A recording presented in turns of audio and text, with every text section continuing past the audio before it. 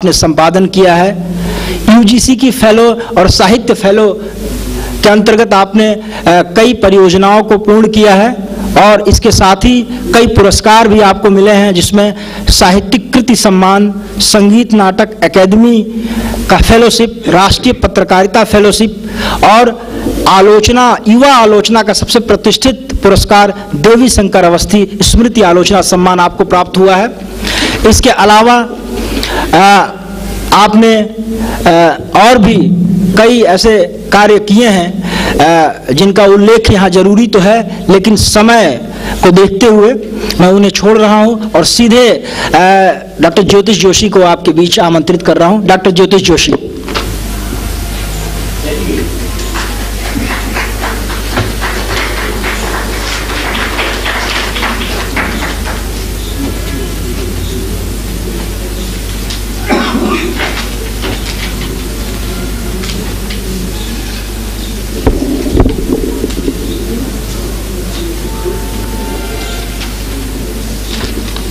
आदरणीय गुरुदेव professor manager Pandey,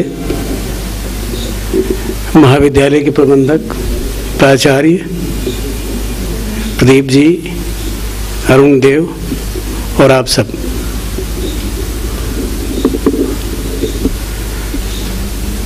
ये हमारे लिए दोहरे खुशी का क्षण है। एक तो ये कि प्रदीप जी की स्मृति में, जैन जी की स्मृति में आयोजन है, और दूसरा क्षण ये है कि हमारे श्रद्धेय गुरुदेव भी यहाँ उपस्थित हैं, जिनके निर्देशन में जैन जी पे मैंने काम किया था और लगातार उनको पढ़ के, उनके सानिध्य में रह के हम कुछ सीखते समझते हैं। तो यह एक शिष्य के लिए चुनौती का भी क्षण होता है कि कहीं ऐसा न हो कि कुछ ऐसा वैसा हो जाए जिससे गुरु को तकलीफ हो। तो इसके लिए हम पहले से ही क्षमा मांग रहे हैं कि अगर ऐसा कुछ हो। असल में ये देखा है हमने, अब मुझे थोड़ा कह लेने दीजिए 1-1.5 मिनट, कि ऐसे आयोजनों को खासतौर पे छोटी जगहों में इस तरह का रस्मी बना दिया जाता है कि जो मूल प्रस्थान होता है आयोजन का वो भटक जाता है,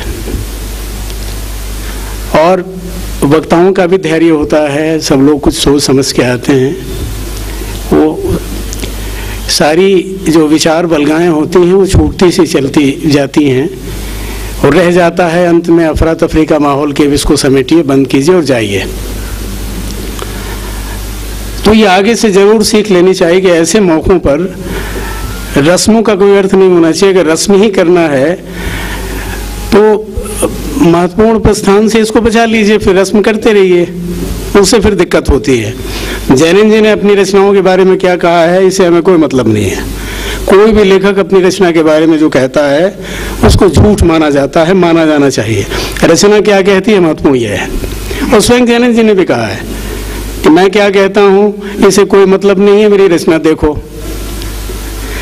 और परंपरा से जो मूर्खतापूर्ण स्थापनाएं उनको लेके होती रही हैं, उस पर भी बहस का कोई मतलब नहीं है कि वो कितना मनोविज्ञान है उनमें, और कितना नारीवाद है उनमें, कितना दलितवाद है उनमें, कितना उच्च मध्य वर्गीय है उसमें। ये शुद्ध मूर्खतापूर्ण पूर्णापन थे, इसके अलावा उसका कोई मतलब नहीं है। ये वो लोग करते हैं जो जैनेंद्र को नहीं जानते समझते, अपनी परंपरा का ज्ञान जिनको नहीं है। और मेरा तो जब से जैन जी पे मैंने काम किया है, मेरे लिए मुश्किल ये होती है कि मैं जिस मंच पे जाता हूँ मैं जवाब ही देता रहता हूँ, चाहे वो साहित्य अकेडमी का आयोजन हो या भारत भवन का आयोजन हो या उत्तर प्रदेश हिंदी संस्थान का आयोजन हो या बिहार राष्ट्रभाषा परिषद का आयोजन हो, हर जगह मैं जवाब देता हूँ।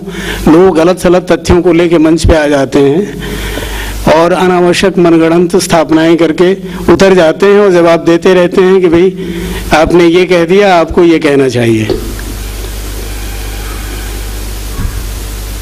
अब मैं मूल बात पे आता हूं जो मुझे करनी चाहिए। जो विषय हमें दिया गया है, संभवतः मैं उस विषय पे बात नहीं करूंगा क्योंकि वो विषय थोड़ा व्यापक है और उसमें जैनेंद्र जी को छुआ भर जा सकता है, लेकिन मैं जैनेंद्र जी को छूना भर नहीं चाहता।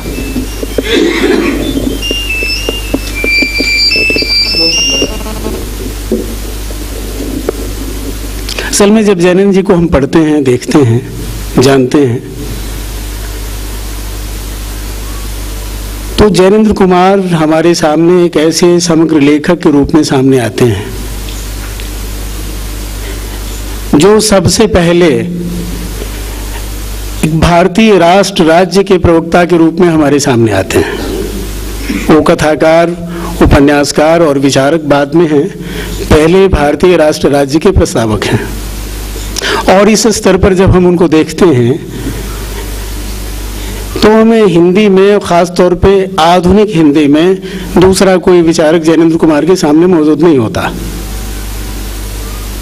मुक्तिबोध ने, प्रेमचंद ने, सच्चिदानंद वात्स्यायन ने, इन लोगों ने भी भारतीय राष्ट्रीय राज्य के बारे में सोचा समझा है, लेकिन एक समग्र परिकल्पना जैनेन्द्र कुमार ने जिस तरह से भारतीय राष्ट्रीय राज्य की दी है, अगर उसका सामने आपको बिठाना हो तो आपको रविंद्रनाथ टैगोर के पास ही जाना पड़ेगा। एक ये जब मैं कह रहा हूं तो इसके साथ ये जोड़ना न भूलिए कि जैनेन्द्र जी का जो भारतीय राष्ट्र राज्य का प्रस्ताव था वो पराधीन भारत में भारतीय राष्ट्र राज्य का प्रस्ताव था। भारत पराधीन था और अपने अपने ढंग से जितने वास्तुकार थे विचार के, साहित्य, संस्कृति के, राजनीति के, अपने अपने ढंग से भारतीय राष्ट्र राज्य की परिकल्पना कर रहे थे।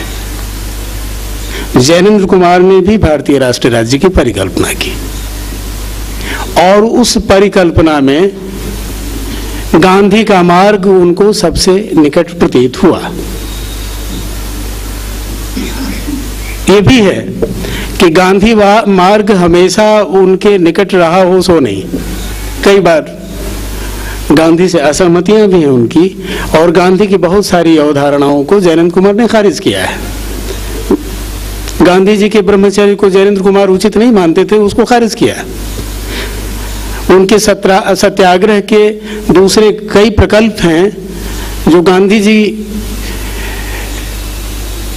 के बताने और आग्रह के बावजूद जैनेन्द्र कुमार ने उसका तिरस्कार किया और उसको चुनौती दी है।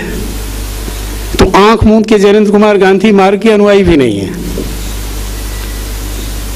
सत्याग्रह प्रिय है, आत्मानुशासन प्रिय है, नीति सम्मतता प्रिय है, व्यक्ति का परमार्थ प्रिय है, और गांधी का वह व्यक्ति भी प्रिय है जैनेन्द्र कुमार को जिस व्यक्ति को सदाचारी बनाकर सचमुच के भारतीय राष्ट्र राज्य के लिए तैयार करना है, क्योंकि उसी व्यक्ति को समाज के निर्माण में योगदान देना है। जाहिर है व्यक्ति अगर उस लायक नहीं बनेगा तो समाज भी वैसा नहीं बनेगा।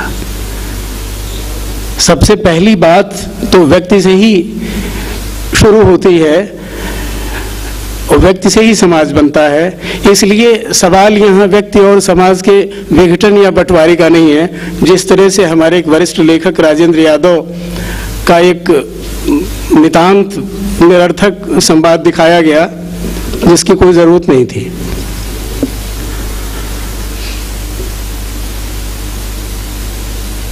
इस हिसाब से अगर आप आगे चलते हैं तो फिर देखते हैं आप कि 24 वर्ष की अवस्था में जैनेन्द्र कुमार ने परख नाम का उपन्यास लिखा, 1929 में प्रकाशित हुआ। तो जब मैं भारतीय राष्ट्र राज्य के प्रस्तावक के रूप में जैनेन्द्र कुमार को देखता हूं तो आरंभ में आप एक देखिए सामाजिक निर्माण की ओर जो उनका कदम है, पहला कदम वो परख के माध्यम से आता है, जिसमें उन्होंने बाल वैधव्य को एक बड़े प्रश्न के रूप में उठाया और सवाल किया कि बाल वैधव्य की स्थिति क्या ऐसी ही रहने वाली है या ऐसी ही रहेगी। तो आप ये देखें कि भारतीय राष्ट्र राज्य में बाल वैधव्य की कोई जगह नहीं है। ये पहला प्रस्थान है जैनेन्द्र कुमार का। आज से ठीक 80 बरस के आसपास हो गए, 80-82 बरस पहले, ऊपर ही हो गए होंगे। वहां से जब आप शुरू करते हैं तो आप त्यागपत्र में आइए। अभी राजेंद्र यादव का वक्तव्य आप लोगों ने देखा, वो रिजाइन नहीं करती मृणाल, परिस्थितियों के आगे वो समर्पण नहीं करती।